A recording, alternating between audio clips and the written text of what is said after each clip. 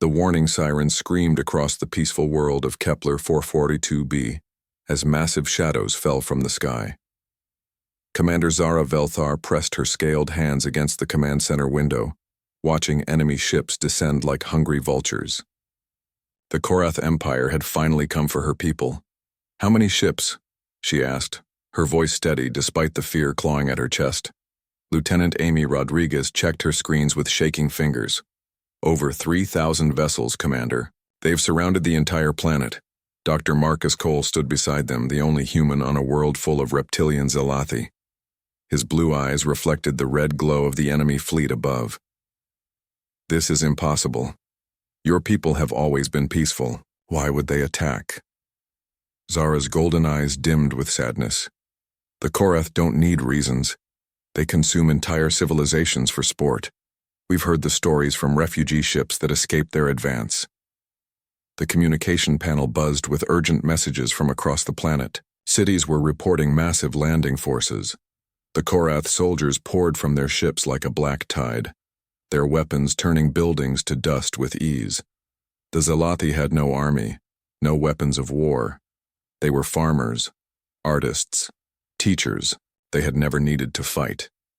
"Our defense shields won't hold for more than a few hours," Amy reported, her voice cracking. "Their weapons are too powerful." Dr. Cole paced the room, his mind racing. 3 months ago, he had been exploring ancient ruins on Kepler 442b's third moon. The dig site was supposed to be empty, just another dead rock with interesting mineral formations. Instead, he had found something impossible, something that shouldn't exist. "There might be a way," he said quietly. Zara turned to him, hope flickering in her eyes. "What do you mean?" Cole pulled out a small device from his pocket. It looked like a simple metal cube, but strange symbols glowed softly on its surface. "I found this in the ruins on Moon 3. The dating shows it's over 50,000 years old." "That's impossible," Amy whispered. "Humans haven't been in space that long." "I know," Cole said, "but the DNA scanners confirm it. This is definitely human technology. Ancient human technology." The building shook as enemy fire struck the shields above. Through the windows, they could see the barriers flickering like dying stars. Time was running out. "What does it do?" Zara asked. Cole activated his portable scanner and pointed it at the cube. "According to my tests, it's some kind of communication device, but the power readings are off the charts. This thing could send a signal across the entire galaxy." Another explosion rocked the command center. Sparks flew from damaged equipment as the lights flickered. Reports flooded in from the surface. The Korath were not just conquering the planet. They were burning everything.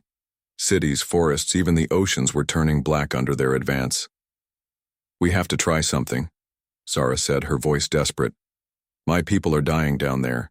Cole nodded and placed the cube on the main communication console. "Amy, can you boost our transmitter array?" "I can try," she said, her fingers flying over the controls. "But I don't understand. Who would answer a 50,000-year-old signal?" "Maybe no one," Cole admitted.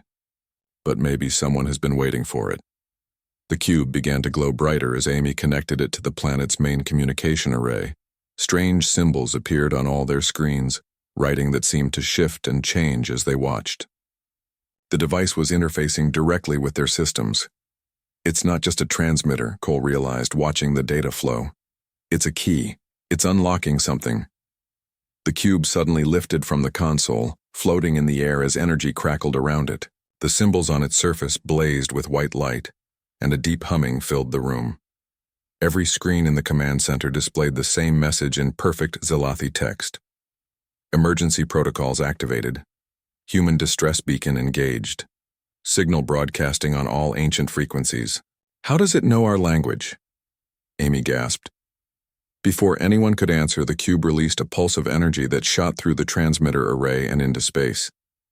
The signal moved faster than light, faster than anything they had ever seen. It raced through subspace like a living thing, carrying a simple message across the galaxy. "Help us. Innocent lives in danger. Coordinates attached." In the depths of space, ancient machines stirred, Ships the size of small moons that had drifted silently between the stars for thousands of years suddenly came alive. Running lights flickered on along hulls that stretched for miles. Computer systems that had slept for millennia began their wake-up procedures. Back on Kepler 442b, the defense shields finally collapsed. Korath ships descended like angry wasps, their weapons carving through the atmosphere.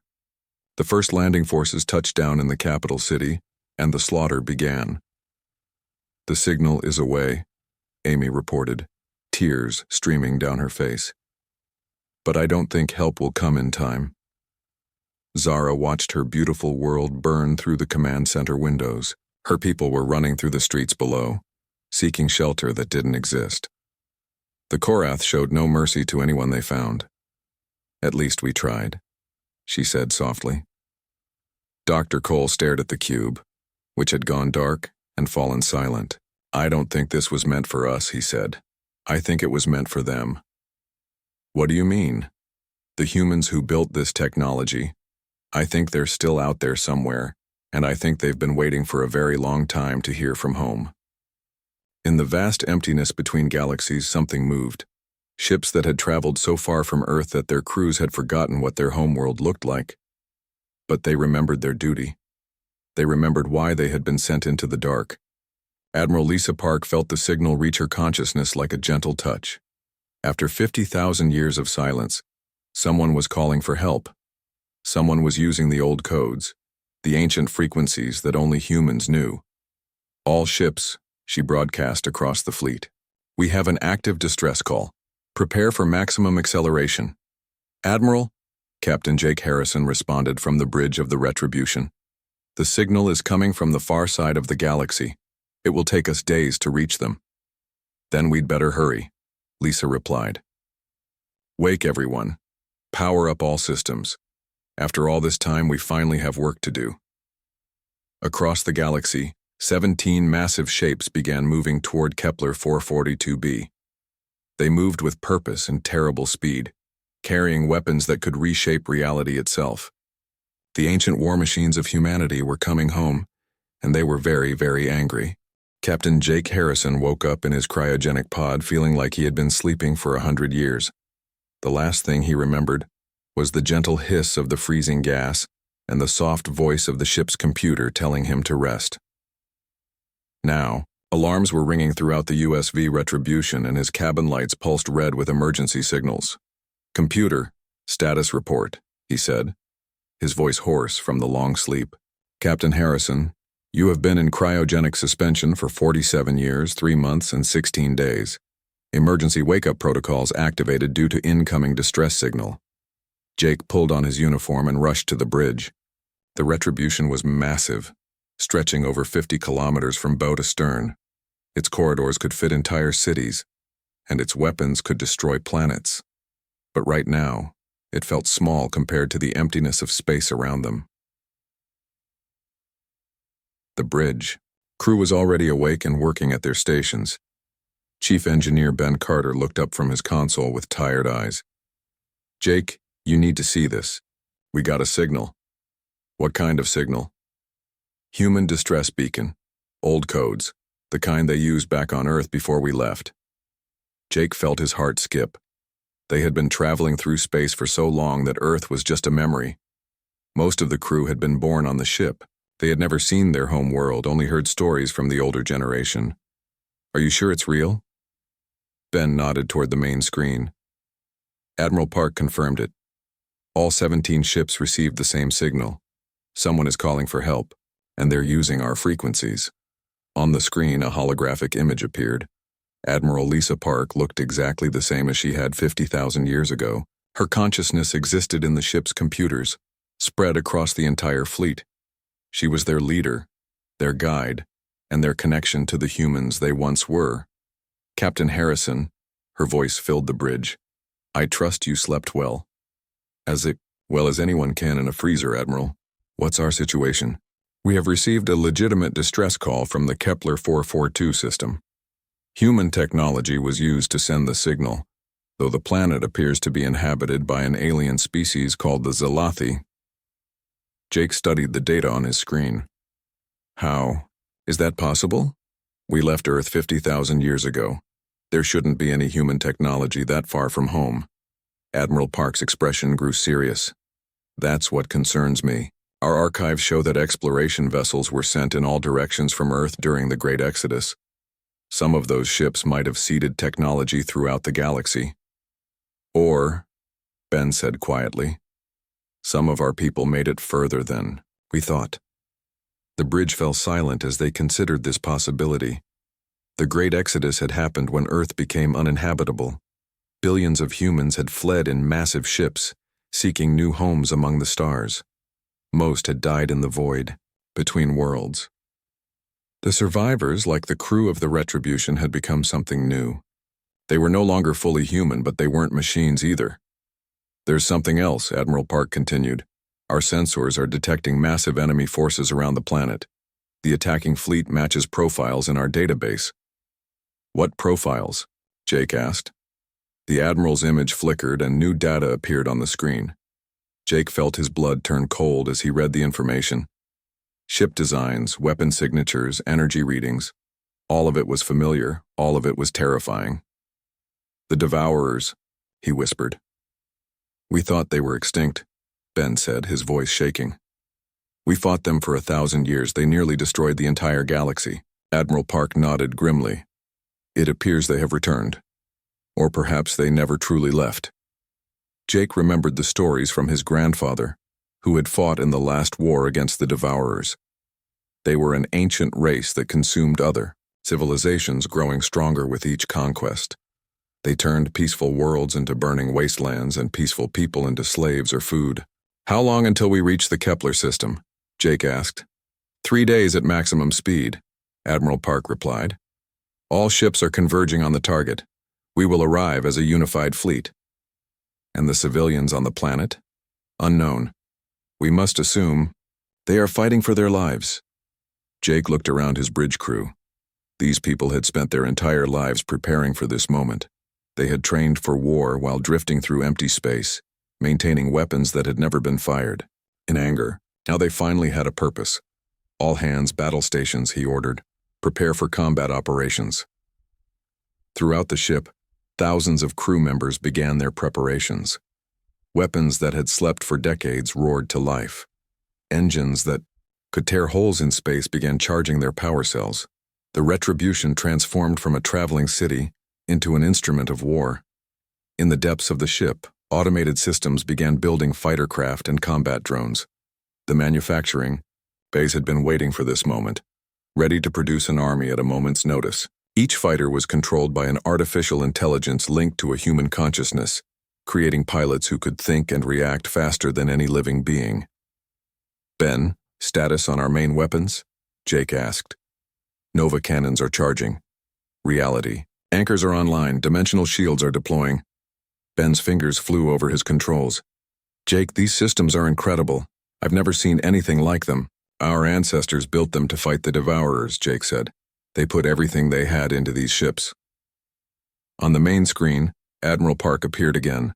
This time she looked different. Her holographic form seemed more solid, more real. All ships report ready for combat. Captain Harrison, I want you to know something. What is it, Admiral? We are not just responding to a distress call. We are fulfilling our original mission. When Earth sent us into the void, they told us to find new worlds and protect them from the darkness between the stars. Jake felt a chill run down his spine. You mean this was always the plan? The Devourers were not defeated 50,000 years ago. They were driven back, scattered across the galaxy. Earth knew they would return someday. We were sent out to be ready for that day. The bridge crew exchanged glances. They had thought they were explorers, travelers seeking new homes among the stars. Now they learned they were something else entirely. They were guardians watching over the galaxy from the shadows. There's more, Admiral Park continued. Our destination scans show that the enemy is using Devourer technology, but they appear to be a different species. They may be descendants, or servants of our ancient enemy. Does it matter? Jake asked. If they're attacking innocent people, they're our enemy. Admiral Park smiled, and for a moment she looked exactly like the human she had once been. Spoken like a true protector, Prepare your crew, Captain. We're going to war. As the Retribution raced through space toward the distant battle, Jake stood on his bridge and thought about the long journey that had brought them here. 50,000 years of waiting, of drifting through the void, of wondering if they would ever find their purpose. Now they knew. They were the sword and shield of humanity, even if humanity no longer existed in its original form. They were the guardians of the innocent, the protectors of the weak, and they were about to remind the galaxy why the Devourers had feared humans in the first place. Dr. Nina Walsh stared at her analysis screens in growing horror.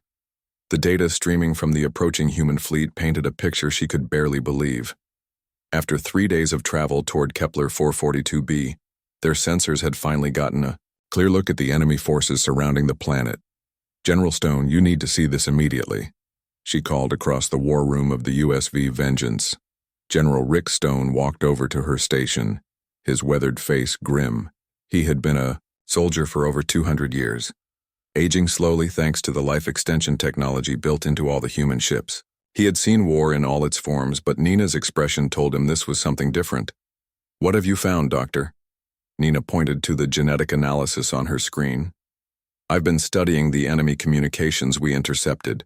Their language, their technology signatures, even their ship designs. General, these aren't just random aliens attacking innocent people. Then what are they? They're Devourers. Or rather, they're what the Devourers became. Rick felt his blood turn cold. Every human alive knew the stories of the Great War, the 1,000-year conflict that had nearly destroyed all life in the galaxy. The Devourers had been an ancient race that consumed other civilizations, growing stronger with each conquest. Humanity had fought them to a standstill, but the cost had been terrible. That's impossible, Rick said. We destroyed them. The final battle at Proxima Terminus wiped out their entire fleet. Nina shook her head, pulling up more data. Look at this genetic analysis. The Korath Empire, as they call themselves now, shows clear evolutionary descent from Devourer DNA. But it's different. They've changed over the past 50,000 years. Changed how? They've become more organized, more intelligent. The original Devourers were like a plague, consuming everything in their path without strategy. These Korath plan their attacks. They study their targets. They've learned from their defeat. Rick studied the information flowing across Nina's screens. Ship designs that echoed ancient Devourer technology, but with improvements. Weapons that used the same energy signatures but with greater efficiency. It was like looking at a nightmare that had learned to think. There's something else, Nina continued. I've detected signs that they're not just conquering worlds, they're transforming them.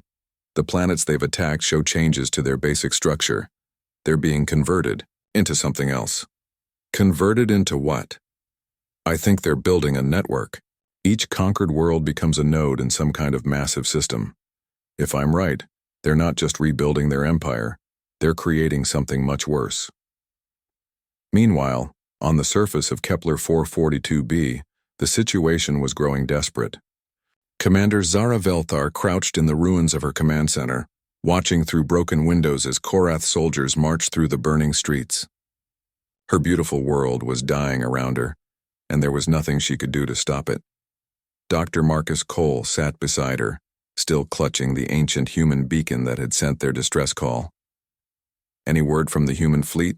He asked. Our long-range sensors show them approaching, Lieutenant Amy Rodriguez reported from her damaged console. But they won't arrive for another 18 hours. I don't think we'll last that long. Through the smoke and fire, they could see Korath troops setting up strange devices throughout the city. The machines hummed with dark energy, and wherever they were placed, the ground itself began to change color. Plants withered and died. Water turned black. Even the air felt different. What are they doing? Zara asked. Cole activated his scanner and pointed it at the nearest Korath device. His readings made no sense. The machine was somehow rewriting the basic structure of matter around it, changing the planet at a molecular level. They're not just conquering us, he realized. They're transforming our world into something else. On the flagship of the Korath fleet, High Imperator Vrexkorth stood before a massive view screen, watching his forces complete their transformation of the planet below. He was a creature of scales and claws, evolved from the ancient devourers but far more intelligent than his ancestors. "Status report," he commanded. "The planetary conversion is proceeding on schedule, Imperator," his aide reported. "All major population centers have been neutralized. The transformation nodes are active across 60% of the surface." Rex Korth nodded with satisfaction. This world would soon join the network, becoming another piece in the grand design that would span the entire galaxy. The old devourers had been simple creatures, consuming everything they touched. But the Korath had evolved beyond such crude methods. "Sir," another officer called out. "We're detecting approaching ships, large vessels unknown configuration." "Pirates? Scavengers?" "No, sir. These ships are massive. Our sensors indicate they're over 50 kilometers in length." Rex Korth felt an old fear stir in his genetic memory. His species carried the collective trauma of their ancestors, memories of an ancient enemy that had once brought the mighty devourers to the brink of extinction. "Show me," he ordered. The main screen displayed sensor readings from the edge of the system. 17 massive shapes were approaching at impossible speed, their energy signatures unlike anything in the current galaxy. As the Korath sensors focused on the lead ship, clear images began to appear. Rex Korth took a step backward, his claws digging into the metal floor. The ships were sleek and deadly, covered in weapons that defied current understanding of physics. But it wasn't their size or firepower that terrified him. It was the symbols on their hulls, ancient human writing. The marks of the species that had once hunted his ancestors across the galaxy like prey. "Impossible," he whispered. "The humans are extinct. We made sure of that." "Sir?" his aide asked, confused by the Imperator's reaction. "Send immediate orders to all ships," Rex Korth commanded, his voice shaking. "Maximum alert. Prepare all weapons. The ghost ships have returned." Back on the USV Vengeance, General Stone received an urgent communication from Admiral Park. Her holographic image appeared in the war room, her expression serious. "General, we're detecting massive energy buildups throughout the Korath fleet. They know we're coming." "Good," Rick replied. "Let them know what fear feels like." "There's something else. Dr. Walsh's analysis has been confirmed by our other science teams. The Korath aren't just the descendants of the Devourers. They've been actively rebuilding the old network, the one we thought we destroyed 50,000 years ago." Nina looked up from her console. "Admiral, if they complete their network, they'll have the power to consume entire star systems. This planet is just the beginning." Admiral Park nodded grimly. "Then we stop them here. All ships prepare for full combat deployment. This isn't just a rescue mission anymore. We're preventing a second galactic war." As the human fleet approached the outer edge of the Kepler system, space itself seemed to bend around their massive ships. Reality anchors deployed, creating stable zones where their advanced weapons could function. Dimensional shields flickered to life, protecting them from attacks that existed in multiple realities at once. On the surface of Kepler 442b, Commander Zara looked up at the sky as strange lights began to appear among the stars. "Are those the human ships?" Dr. Cole checked his scanner. "No, those are spatial distortions. The human ships are so massive they're bending space-time around them." Amy's damaged console suddenly came to life with a clear signal. A voice spoke in perfect Zalathi, calm and confident despite the chaos around them.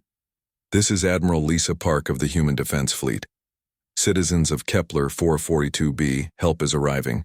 Take shelter and prepare for immediate combat operations in your vicinity." For the first time in days, Zara felt hope. Somewhere in the darkness above, ancient guardians were coming to save her people. She just hoped they weren't too late. The first human ship dropped out of hyperspace like a falling star, creating gravitational waves that shook every vessel in the Kepler 442 system. The USV Vengeance emerged from the void with its weapons already charging, its massive hull gleaming, with energy shields that bent light around them. Commander Steve Murphy stood at his tactical station, watching the enemy fleet through sensors that could see across dimensions. 3,000 Korath ships surrounded the dying planet, their dark hulls bristling with weapons designed to crack worlds. It should have been an impossible fight, but Steve smiled. All weapon systems online, he reported to Captain Jake Harrison, who had transferred his command to coordinate the fleet's attack. Nova cannons charged to full power. Reality anchors deployed. Target their command ships first, Jake ordered. Show them what human engineering can do. The Vengeance opened fire with weapons that harvested energy from dying stars and focused it into beams of pure destruction. The first Korath battleship simply vanished, erased from existence so completely that the space where it had been began to collapse into itself. Across the system, 16 more human ships emerged from hyperspace. In perfect formation, each vessel was a masterpiece of war, built by a civilization that had fought for its survival against the most dangerous predators in the galaxy. Captain Kelly Brooks led Phoenix Squadron as her fighters phased in and out of dimensional space, appearing inside Korath ships to strike at their weak points before vanishing again. Her craft weren't really fighters at all, but drones controlled by human consciousness uploaded into quantum computers. They could think and react faster than any living pilot. Phoenix leader to all squadrons, Kelly broadcast. Priority targets are the planetary bombardment ships. Don't let them finish whatever they're doing to the surface. The Korath fleet tried to respond, but their weapons seemed pitiful compared to the human arsenal. Energy beams that could melt mountains struck the human shields and simply disappeared, redirected into parallel dimensions where they could do no harm. High Imperator Vrex Korth watched his fleet die around him, his ancient genetic memories screaming warnings his logical mind couldn't understand. All ships concentrate fire on the lead human vessel. Use the reality-shearing cannons. The most powerful Korath weapons activated, creating tears in space-time itself that could erase matter from existence. The attacks struck the human ships, and had no effect at all. The human shields didn't just block the weapons, they repaired the damage to reality itself, healing the tears in space as if they had never existed. Impossible, Vrex Korth whispered. Our ancestors' record spoke of human technology, but this is beyond anything they described.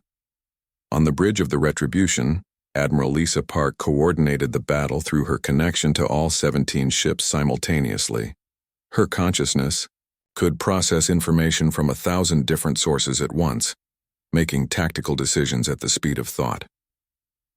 Warmind Prometheus, begin Phase 2 operations, she commanded. Deep within the human fleet, artificial intelligences that had been calculating this battle for 3 days activated their final protocols. Warmind Prometheus was the collective consciousness of all the human ship computers, a thinking machine that could predict enemy movements with perfect accuracy. Phase 2 initiated. Prometheus responded in a voice like thunder. Target, planetary, conversion network. All ships prepare temporal stabilization fields. The human ships moved into new positions around the planet, creating a complex geometric pattern that began to affect the flow of time itself. The Korath conversion devices on the surface suddenly slowed their operation, then stopped entirely as time became frozen in localized areas around them. Commander Zara Vel Thar watched from her ruined command center as impossible things happened in the sky above. Korath ships were disappearing one by one, while the human vessels moved through space like living things, dancing between enemy attacks with grace that defied physics. How are they doing this? She asked Dr. Cole. I don't think they're entirely human anymore, he replied, studying the readings on his scanner. These ships, their crews, they've evolved into something new, something designed specifically for war against enemies like the Korath. Lieutenant Amy Rodriguez managed to establish a communication link with the human fleet. Human vessels, this is Kepler 442b Defense Command. What can we do to help? Admiral Park's voice came through clearly. Get your people to safety. We're about to use weapons that will affect the entire system. What kind of weapons? The kind that end wars. High Imperator Vrex Korth realized his fleet was doomed, but he had one final card to play. Deep within, his flagship was a weapon that had taken his people centuries to build. A planet killer that fed on the life force of entire worlds, growing stronger with each death it caused. Activate the World Eater, he commanded. If we cannot conquer this planet, we will consume it. The weapon began to charge, drawing power from the dying Zalathi on the surface below. But as it activated, the human fleet responded with technology that shouldn't exist. Time itself began to slow around the Korath flagship as the humans deployed temporal manipulation fields. Impossible, Rexkorth said, watching his ultimate weapon freeze in place. How can they control time itself? Warmind Prometheus answered, him directly, its voice appearing in his mind like a whisper from the void. Because we learned from you. We studied your kind for 50,000 years waiting for this moment. We know every weakness, every flaw in your design. The human ships moved closer to the planet, their weapons now targeting the Korath conversion network on the surface. But instead of destroying the devices, they were doing something else, something impossible. They're reversing the conversion process, Dr. Nina Walsh reported from her science station. The human ships are somehow undoing the molecular changes the Korath made to the planet. General Rick Stone watched the readings in amazement. They're not just stopping the transformation, they're healing the world. On the surface, Zalathi, survivors watched in wonder as their poisoned rivers began to run clear again. Dead forests started to bloom with new life. The very ground beneath their feet was returning to its natural state as the human technology worked its miracles. But the humans weren't finished. As their healing beams worked on the planet, their weapons continued to tear through the Korath fleet. Ship after ship vanished under the assault, erased by weapons that operated on principles the current galaxy couldn't understand. Admiral, Captain Kelly Brooks reported from Phoenix Squadron, we've eliminated 80% of the enemy fleet. The remaining ships are trying to retreat. Let them go, Admiral Park replied. But mark them. We want to know where they run. To High Imperator Rexkorth felt his flagship shudder as human weapons finally penetrated his shields. But instead of destroying his ship, they were doing something else. The energy beams were scanning every system, every piece of technology, every genetic sample on board. What are you doing to us? He demanded. Warmind Prometheus spoke again, its voice now coming from his own ship's computers. We are learning. Your technology, your biology, your history. We want to understand how the Devourers survived and evolved, so we can make sure it never happens again. The Korath fleet began to retreat in disorder, their survivors fleeing toward the edge of the galaxy. But they left behind more than just wreckage. The human ships had copied every piece of information from their databases, learning everything there was to know about the new Devourer civilization. As the last enemy ship vanished into hyperspace, the human fleet turned its attention to the planet below. Their healing technology continued to work, restoring Kepler 4042b to its original beauty. But they were also doing something else. What are they doing now? Commander Zara asked, watching strange energy patterns dance across the sky. Dr. Cole checked his readings. They're setting up some kind of network. Communication relays, I think. They're connecting this world to something much larger. Admiral Park's voice came through their communications again. People of Kepler 442b, your world is safe.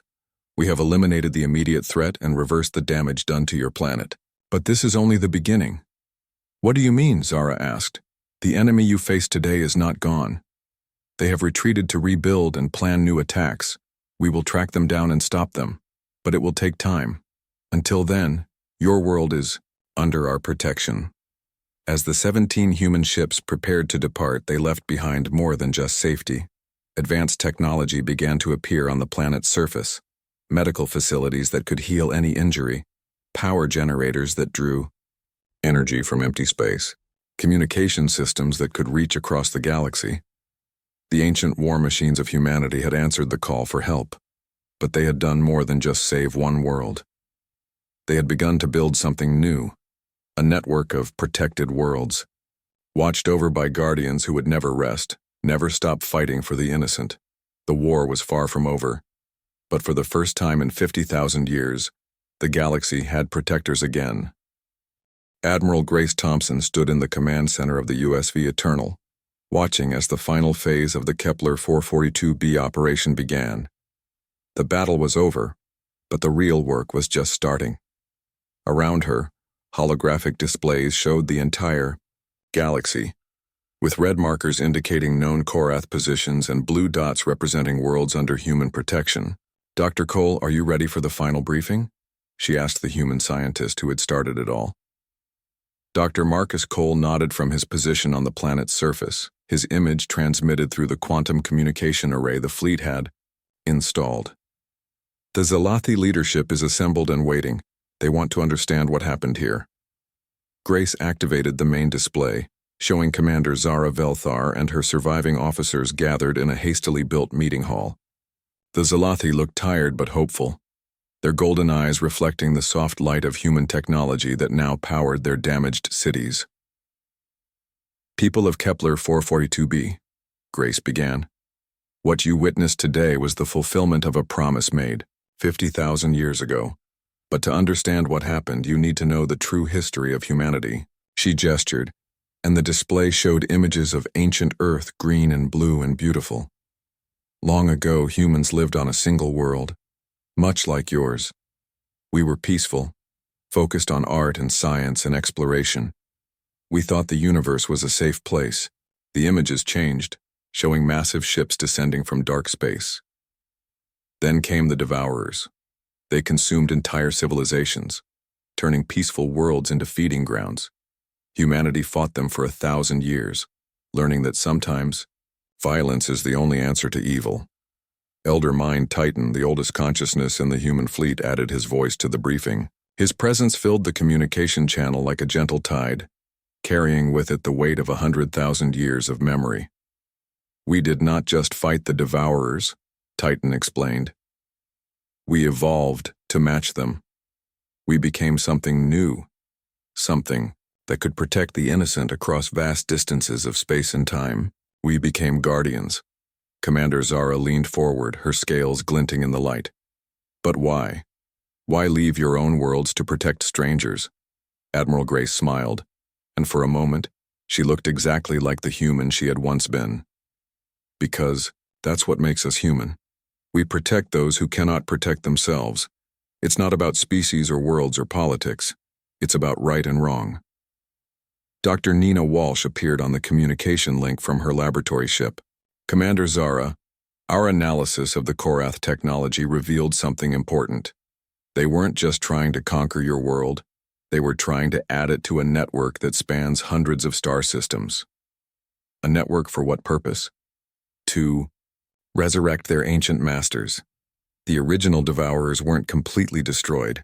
Some of their consciousness survived, scattered across the galaxy in hidden facilities. The Korath have been working for thousands of years to rebuild their empire and awaken their sleeping gods." The Zalathi officers exchanged worried glances. Lieutenant Amy Rodriguez spoke up. "Does that mean they'll be back?" "Yes," Admiral Grace said without hesitation. "But now we know what they're planning, and we're going to stop them."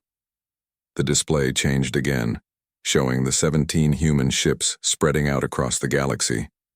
Each vessel was heading toward a different region, following the trail of Korath activity that they had uncovered during the battle.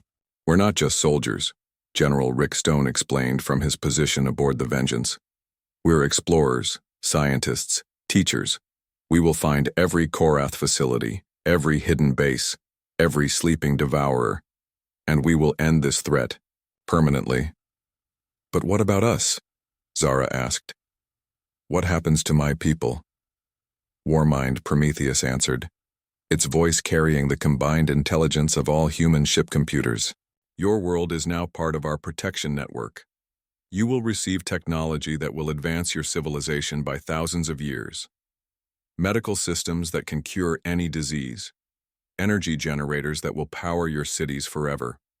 Communication arrays that will connect you to other protected worlds. There's more," Dr. Cole added, looking around at the Zalathi leaders. "The humans aren't asking you to become like them. They want you to become the best version of yourselves. They're offering knowledge, not conquest." Admiral Grace nodded. "Every species in our protection network maintains its independence. We only ask 3 things in return. What are they? First, that you never use our technology to harm innocent people. Second, that you help other species when they ask for aid. And third, that you remember why we're here. Captain Kelly Brooks spoke from her fighter squadron, which was now patrolling the edge of the system. We've been alone for 50,000 years protecting a galaxy that forgot we existed, but now we have something we haven't had in a very long time. What's that? Hope. Hope that maybe this time we can build something that will last. A community of worlds that protects each other, that values life and freedom and the right to exist in peace. Elder Mind Titan's voice grew warmer, filled with something that might have been joy. You see, we discovered something during our long journey through the void. Humanity isn't just about the species that left Earth so long ago. It's about the ideas we carried with us, the belief that every life has value, that the strong should protect the weak, that knowledge should be shared, not hoarded.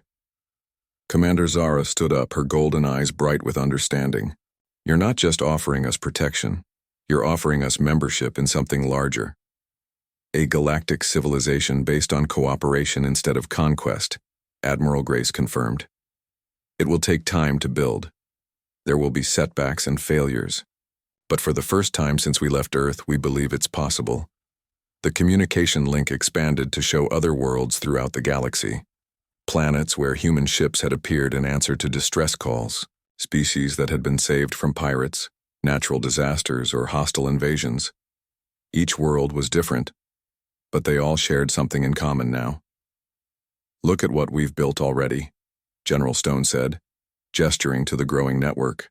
The Andorians, who were saved from a plague that would have destroyed their civilization. The Keth, who called for help when their sun began to die. The Yilani, who faced extinction from asteroid impacts. All of them are now part of our protection network, Admiral Grace continued. They share knowledge, resources, and friendship. They help each other not because they have to, but because they choose to. Dr. Cole looked around at the Zalathi leaders, seeing wonder and hope in their faces. This is what the human beacon was really for. Not just to call for help, but to connect civilizations that believe in something better. What about the Korath? Amy asked. Will you hunt them down and destroy them? Elder Mind Titan's voice grew sad but determined. We will stop them from harming others. But we learned something important during today's battle. The Korath aren't evil by choice. They're infected by the influence of the ancient devourers, corrupted by genetic programming that forces them to consume and destroy. We think we can cure them, Dr. Walsh added. Our analysis of their biology shows that the devourer influence can be removed. They could become a peaceful species again, if they choose to change. But if they don't, Zara asked, then we will. Do what we must to protect the innocent, Admiral Grace said firmly. That's why we exist. That's why we've spent 50,000 years preparing for this moment. As the human fleet prepared to depart Kepler 442b, they left behind more than just technology and protection. They left behind hope, the knowledge that somewhere in the vast darkness of space, ancient guardians watched over the innocent. Children would grow up on Kepler 442b, knowing that the universe wasn't empty and cold, that there were others out there who cared about their safety and freedom, that when evil came calling, heroes would answer. The 17 human ships spread out across the galaxy, each following a different trail left by the retreating Korath forces. But they stayed connected through quantum communication networks that operated faster than light itself. They were no longer alone in the void. Years would pass before they found and eliminated all the Korath bases. Decades would go by as they located and disabled the sleeping devourer facilities. But for the first time since leaving Earth, they had something to fight for besides mere survival. They had a galaxy full of friends, and as the last human ship disappeared into hyperspace, leaving Kepler 442b safe and protected, a new signal began, broadcasting from the planet's surface. Not a distress call this time, but a message of welcome. To anyone who hears this, Commander Zara spoke into the galaxy-wide communication network, you are not alone. If you face threats you cannot handle, if evil comes to your world, remember that help exists. The Guardians are real, and they will answer when you call. The ancient war machines of humanity had done more than just win a battle. They had planted the seeds of something that could grow across the entire galaxy. A civilization based not on fear and conquest, but on hope and protection. The age of the Guardians had begun,